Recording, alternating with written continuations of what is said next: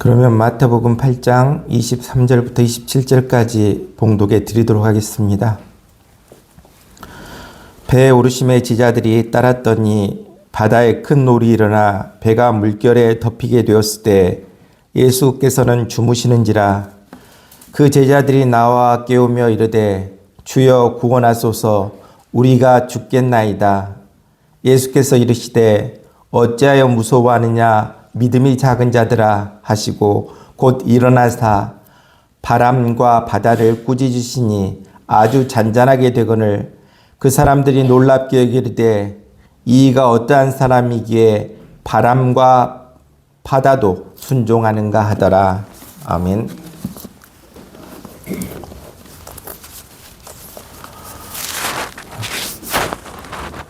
우리는 싹들 중에서도 시멘트 바닥을 뚫고 나오는 싹들을 종종 보게 됩니다.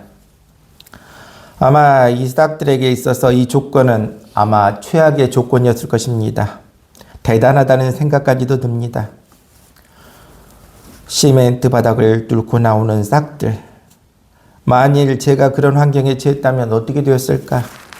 내 자신이 이 싹에 씌었다면 아마 너무 힘들어 싹을 필요하지 않았을지도 모릅니다. 이를 통해서도 깨닫게 됩니다. 어떠한 고통스러운 환경에 처했다 하더라도 참고 견디며 최선의 삶을 살아야 된다. 이러한 사실을 깨닫게 해주고 있습니다. 모든 실패와 패배 속에는 성공과 승리의 씨앗이 숨어 있습니다. 실패란 본질적으로 내가 간절히 원했음에도 불구하고 다른 사람이나 집단이 나를 거부하는 데서 비롯됩니다. 그러나 거부당했을 때 대응하는 태도는 두 가지로 요약됩니다. 먼저 참고 견딤으로써 실패를 극복하고 다시 시작하는 경우가 있고, 다른 하나는 참고 견디지 못함으로 그대로 주저앉아 다시는 일어서지 못하는 경우가 있다는 것입니다. 다시 일어서는 경우는 괜찮지만 다시 일어서지 못하는 경우가 문제라는 것입니다. 다시 일어서기 힘들 때 하나님이 왜 나를 실패라는 이름으로 바닥에 쓰러뜨렸는가를 곰곰이 생각해 봐야 합니다. 우리 하나님은 나를 다시 일으켜 다시 이렇게 세워서 더 멀리 가게 하려고, 더 큰 뜻을 품게 해서 더 크게 사용하려고 쓰러트림이라는 방법을 사용했다, 선택했다, 깨달을 수 있기를 바랍니다. 우리 하나님은 우리에게 결코 도움을 늦추시지 않으십니다. 다만 우리가 너무나 성급해서 하나님이 도와줄 때까지 참고 기다리지 못하는 것뿐이라는 사실 또한 깨달을 수 있기를 바랍니다. 우리가 인생을 살면서 필요한 것 중에 하나가 기대를 해야 된다. 기대를 하고 살아가야 됩니다. 그렇다면 기대하는 사람은 무엇을 해야 되겠습니까? 기도해야 합니다. 기대하는 사람은 기도해야 된다. 기도하고 난 다음에는 무엇을 해야 합니까? 기다려야 한다는 것입니다. 참고 기다려야 된다. 그럴 때 기적은 일어나게 된다. 그러한 사실을 깨달을 수 있기를 바랍니다. 우리가 기대할 때 기도하고 기도했으면 기다릴 줄 알고 기다리고 나면 기적을 체험한다. 이러한 사실을 우리 모두가 기억하며 나아갈 수 있기를 바랍니다. 다음은 열왕기하 3장에 나오는 이야기입니다. 옛날 구약시대 엘리사 선지자 때 이스라엘과 모압 사이에 전쟁이 있었습니다. 이스라엘 왕 여호람이 통치하고 있을 때 모압은 매년 새끼 양털 10만과 수양 10만의 양털을 조공으로 바치고 있었습니다. 그런데 모압 나라의 국력이 강해지자 모압 왕 메사가 더 이상 이스라엘에게 조공을 바치지 않겠다 독립선언을 하게 됩니다. 이것은 일종의 이스라엘에 대한 선전포고와도 같은 것이었습니다. 이때 이스라엘 왕 여호람은 유다 왕 여호사밧과 북방 에돔 왕에게 사신을 보내 동맹을 맺고 연합군을 조직합니다. 그래서 이 연합군을 조직해서 함께 싸우기로 합의를 보았습니다. 이제 이스라엘 연합군은 에돔 광야에 진을 치고 모압 나라 군대를 맞아 전쟁을 하게 되었는데 7일째 되는 날이었습니다.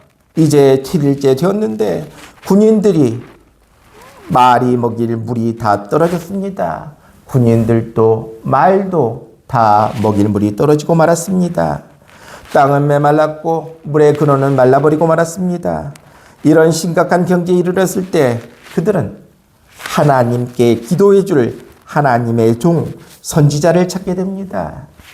열왕기하 3장 11절에 보면 여호사밧이 가로되 우리가 여호와께 물을 만한 여호와의 선지자가 여기 없느냐 이와 같이 말합니다. 바로 기도해 줄 하나님의 사람을 찾는 연합군의 왕들에게 이스라엘 왕의 신하 중 한 사람이 엘리사라는 선지자가 있습니다.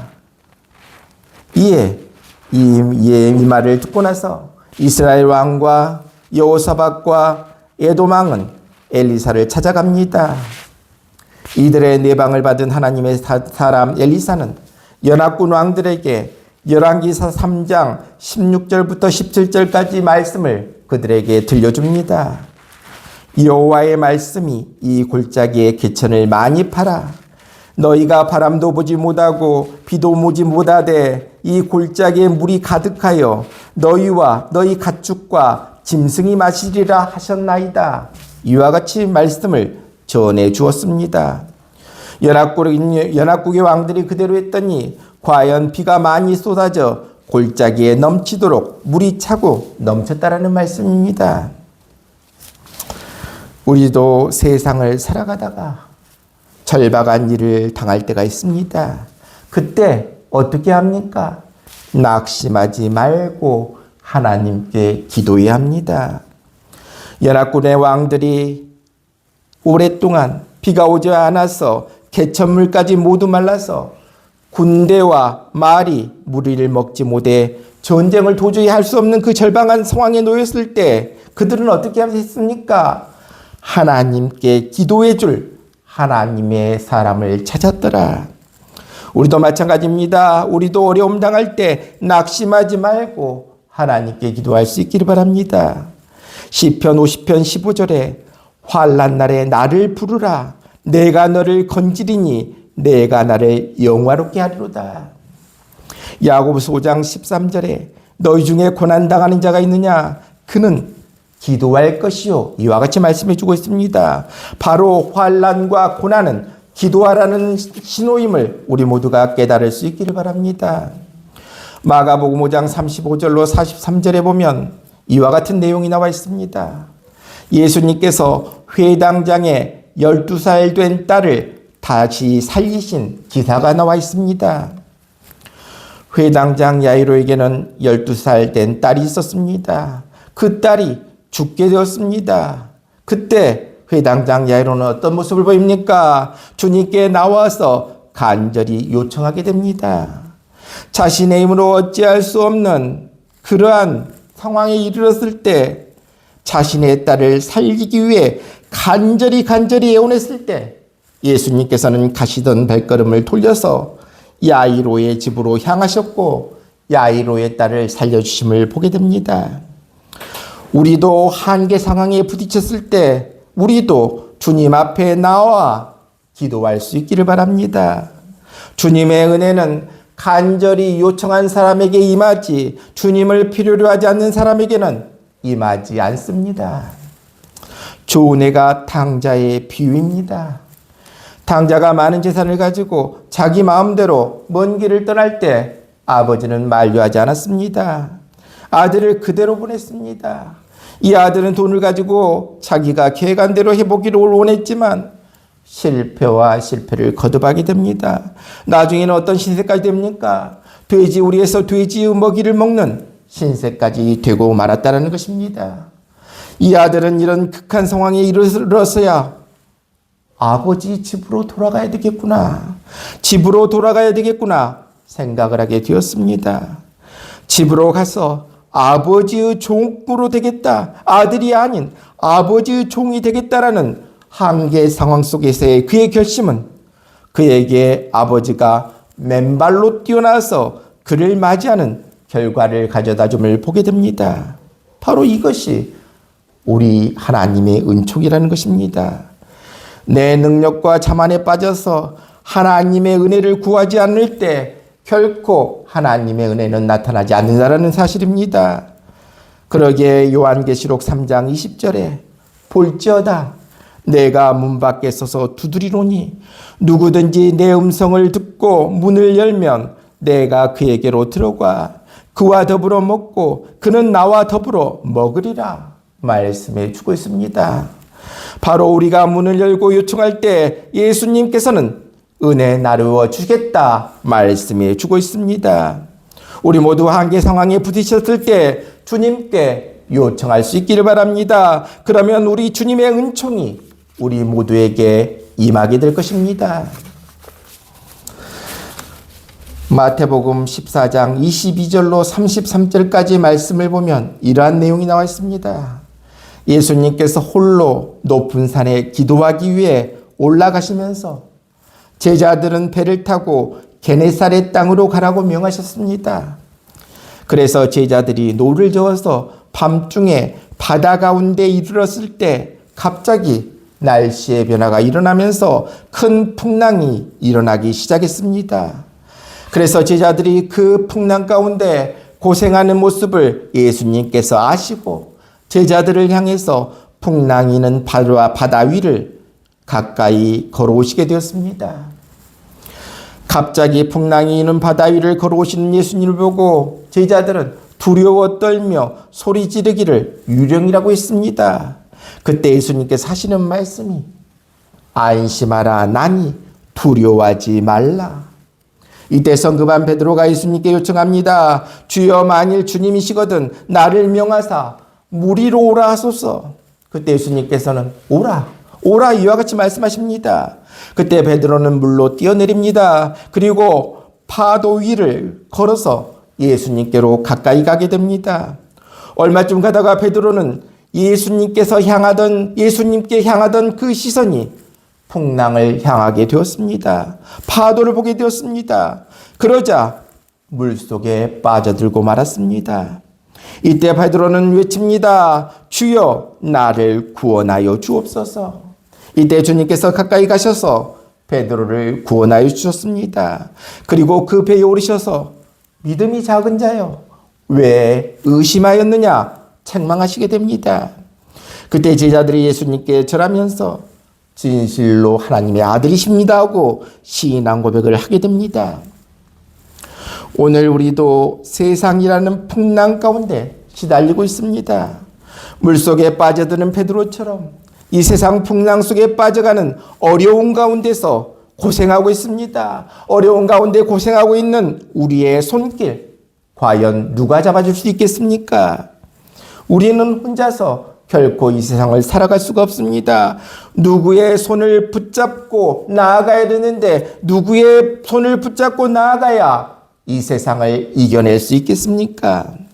바로 물속에 빠져들어가는 베드로의 손을 잡아 구원하여 주셨던 그 예수님의 손길을 우리도 붙잡을 수 있기를 바랍니다. 그러면 우리도 세상이라는 풍랑을 이기고 구원받을 수 있습니다.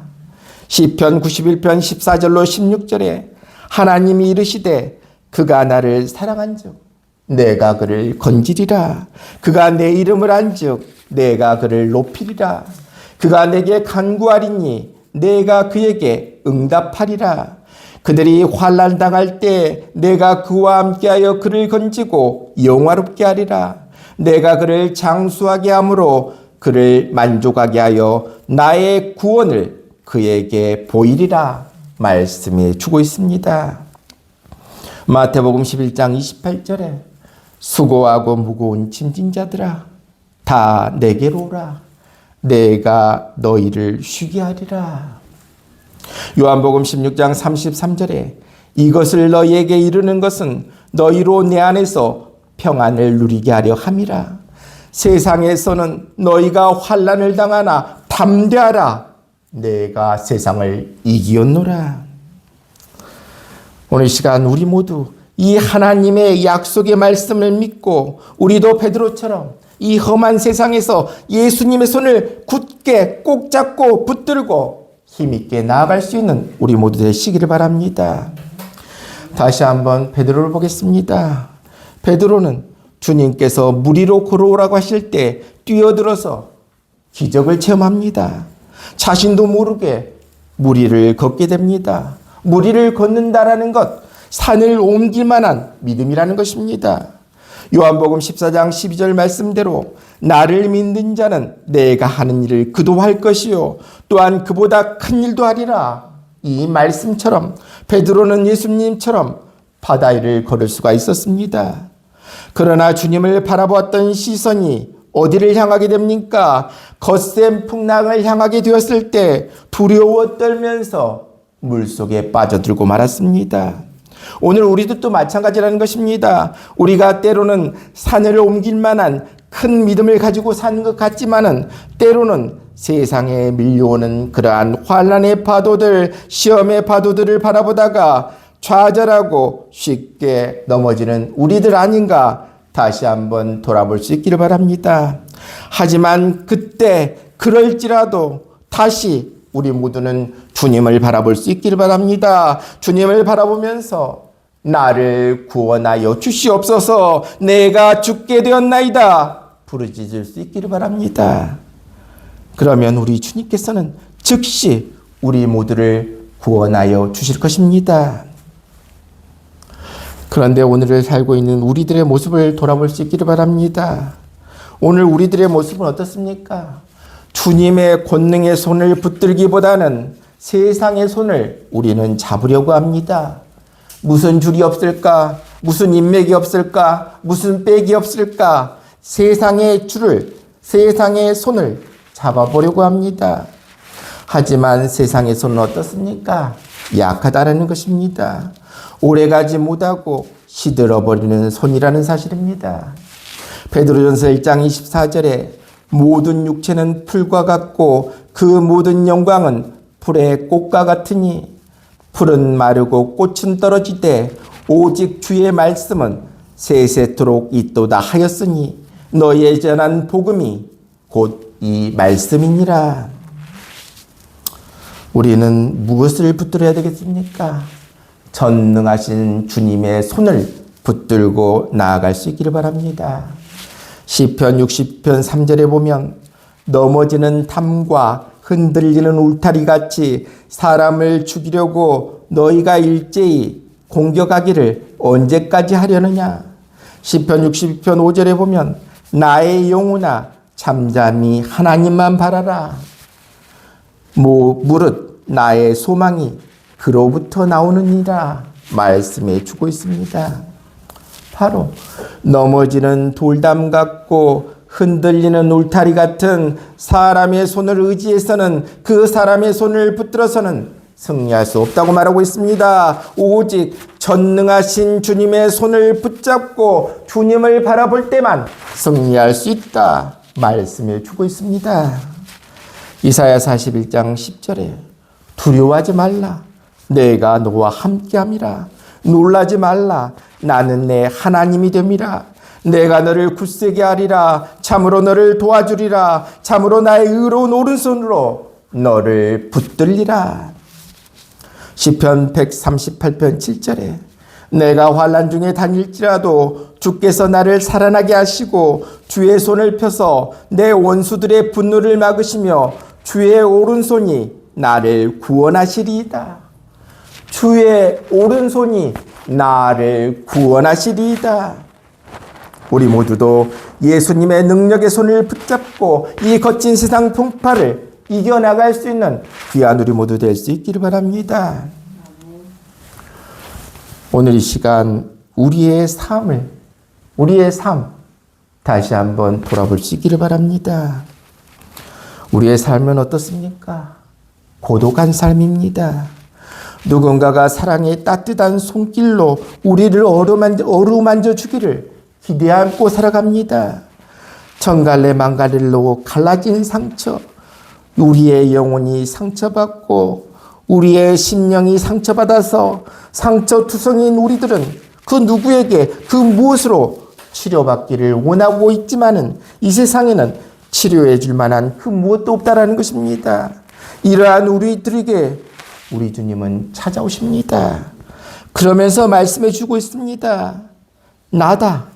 안심하라. 나다. 두려워하지 말아라. 말씀해 주고 있습니다. 그러면서 안심하라 나니 두려워 말라 하시면서 우리 마음의 상처, 영혼의 상처를 쓰다듬어 주시는 분이 우리 주님이십니다.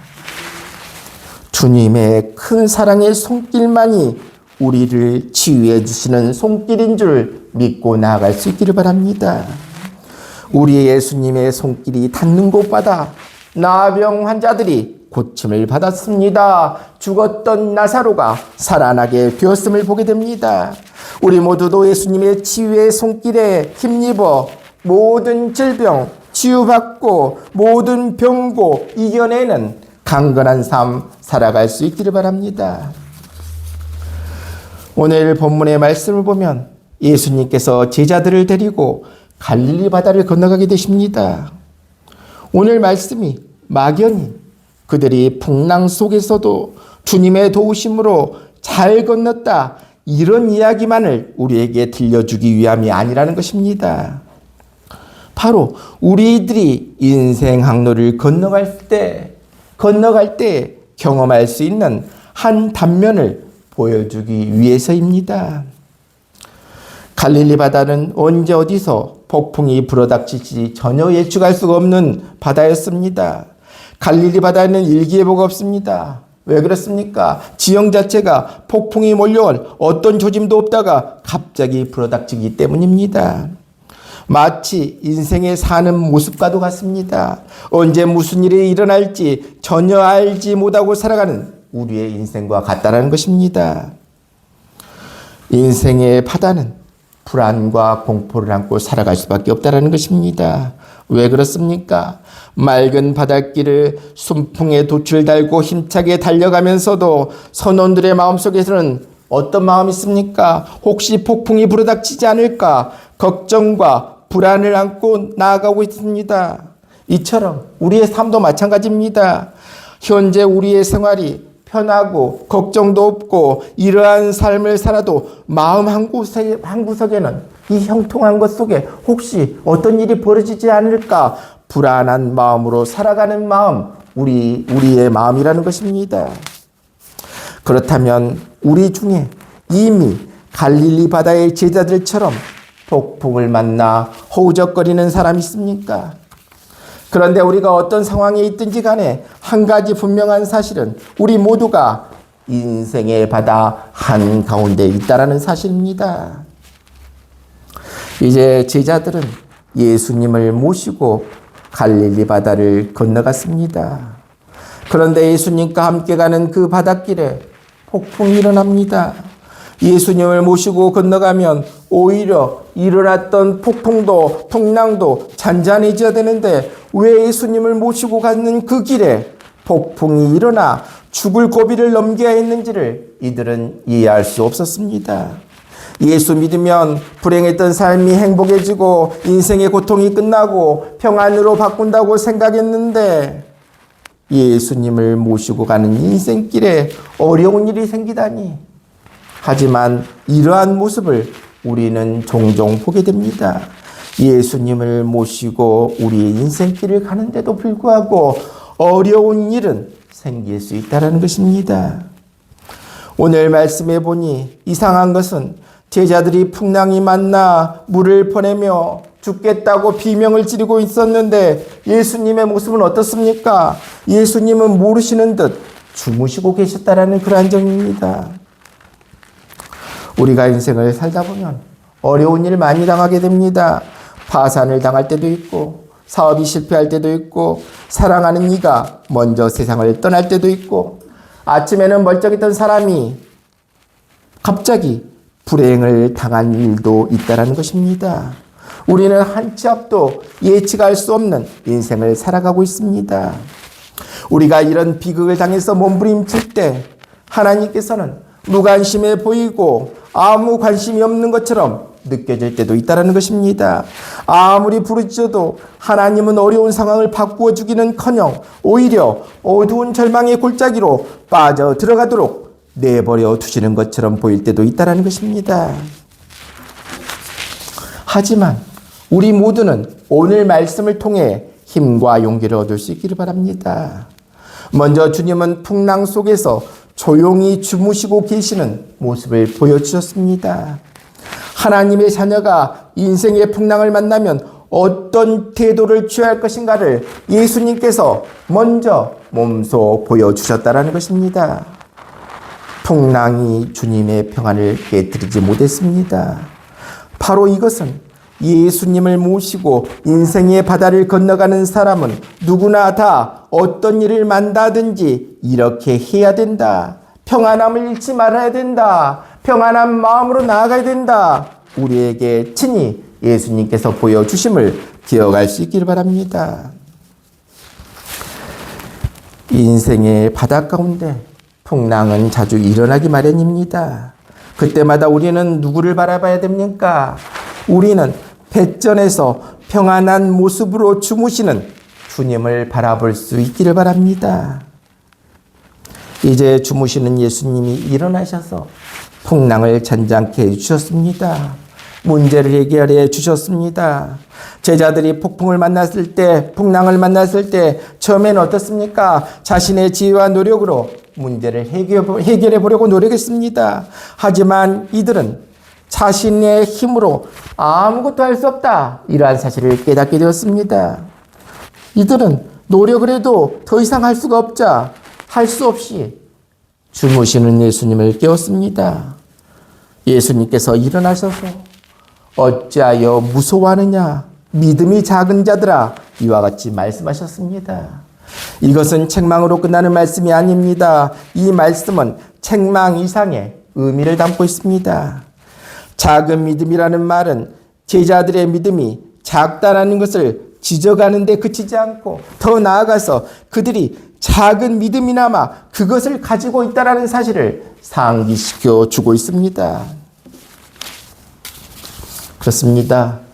믿음은 금과 같습니다. 양이 많든 적든 금은 금입니다. 믿음은 하나님이 주신 선물로서 크고 작음에 상관없이 믿음이라는 것입니다. 그렇다면 나의 믿음, 우리의 믿음은 어떻습니까? 우리의 믿음 크지 못하다라는 것입니다. 주님의 눈에 비친 우리의 모든 믿음, 작은 믿음이라는 것입니다. 제자들도 마찬가지입니다. 예수님의 제자들도 작은 믿음의 사람들이었습니다. 그러나 그 작은 믿음이라도 제자들이 가졌기 때문에 위기를 만났을 때 그들은 그 작은 믿음을 통해 주님을 깨울 수 있었습니다. 우리도 마찬가지입니다. 우리의 작은 믿음이 우리의 인생 항로에서 우리를 기도하게 만듭니다. 우리의 작은 믿음, 이 작은 믿음 주님을 깨울 수 있습니다. 우리의 이 작은 믿음 주님을 향해 부르짖을 수 있습니다. 그러면 우리 주님께서는 어떻게 하십니까? 주님을 깨우고 주님을 향해 부르짖으면 우리 주님께서는 반드시 일어나셔서 우리의 모든 문제 해결해 주실 것입니다. 문제는 이 작은 믿음을 어떻게 사용하느냐에 달려 있다는 것입니다. 그렇습니다. 이 작은 믿음을 통해 예수님이 일어나셔서 바다를 잔잔케 해주셨습니다. 그러기에 작은 믿음을 우리도 사용해서 주님께 나아가면 주님께서는 우리에게 놀라운 기적을 행해 주시겠다 말씀해 주고 있습니다. 우리가 인생 항로를 걸어오면서 오늘날까지 어려운 고비마다 작은 믿음, 우리의 작은 믿음을 가지고 눈물을 흘리며 기도할 때 우리 주님께서 우리를 어떻게 인도해 주셨는가를 다시 한번 돌이켜 기억해 볼 수 있기를 바랍니다. 돌이켜보면 눈물을 흘리며 우리가 기도했을 때 우리 주님이 나를 어떻게 인도해 주셨는가 돌이켜보면 감사할 일이 한두 가지가 아닐 것입니다. 그렇습니다. 우리는 예수님을 모시고 갈릴리 바다를 지금 건너가고 있는 것 같은 우리 인생의 삶을 살고 있습니다. 우리 삶에 풍랑이 일어났습니까? 예수님을 바라볼 수 있기를 바랍니다. 주님의 평안한 모습, 풍랑 가운데서도 평안한 모습, 그 모습을 우리 모두가 바라볼 수 있기를 바랍니다. 그리고 그럼에도 불구하고 우리가 너무나 힘들고 고통스러울 때 주님을 깨워 주님의 도움을 기다릴 수 있기를 바랍니다. 그러면 우리 주님께서는 우리의 모든 문제 해결해 주실 것입니다. 그리고 뿐만 아니라 우리로 하여금 풍랑 속에서도 찬송할 수 있는 능력까지도 허락해 주실 것입니다. 우리 모두 주님을 믿고 모든 것들을 주님께 맡기고 항상 소망 가운데 즐거워하며 살 수 있는 우리 모두 될 수 있기를 바랍니다. 그러면 풍랑 속에서도 저 하늘의 별을 세며 내를 향하여 힘있게 전진할 수 있을 것입니다. 고달프고 힘든 인생, 우리 모두 우리 주님과 동행하며 나아갈 수 있기를 바랍니다. 그러면 우리 주님께서는 우리 모두가 용기와 소망을 가지고 다시 내일을 향해 기쁘게 나아갈 수 있도록 역사해 주실 것입니다. 오늘 시간 우리 모두에게 말씀해 주고 있습니다. 엘리사 선지자 때 연합국 왕들이 오랫동안 비가 오지 않아서 개천물까지 모두 말라버려서 군대와 말이 물을 먹지 못해 전쟁을 할 수 없는 절박한 상황에 놓일 때 이들은 어떻게 했습니까? 하나님께 기도해 줄 하나님의 사람을 찾았음을 보게 됩니다. 또한 회당장 야이로가 자신의 힘으로 어찌할 수 없어서 자신의 딸을 살리기 위해 간절히 예수님께 애원했을 때 예수님께서는 가시던 발걸음을 돌려 야이로의 집으로 향하셨고 야이로의 딸을 살려주심을 보게 됩니다. 우리도 어려움 당할 때 낙심하지 말고 하나님께 기도할 수 있기를 바랍니다. 그리고 우리가 베드로처럼 때로는 산을 옮길 만한 큰 믿음을 가지고 사는 것 같지만은 때로는 세상에서 밀려오는 환난의 파도들, 시험의 파도들을 바라보다가 좌절하고 넘어질 때도 있다라는 것입니다. 하지만 우리 모두 다시 한번 주님을 바라보며 나를 구원해 주시옵소서, 내가 죽게 되었나이다 부르짖을 수 있기를 바랍니다. 그러면 우리 주님께서는 우리 모두를 능력의 손으로 구원해 주실 것입니다.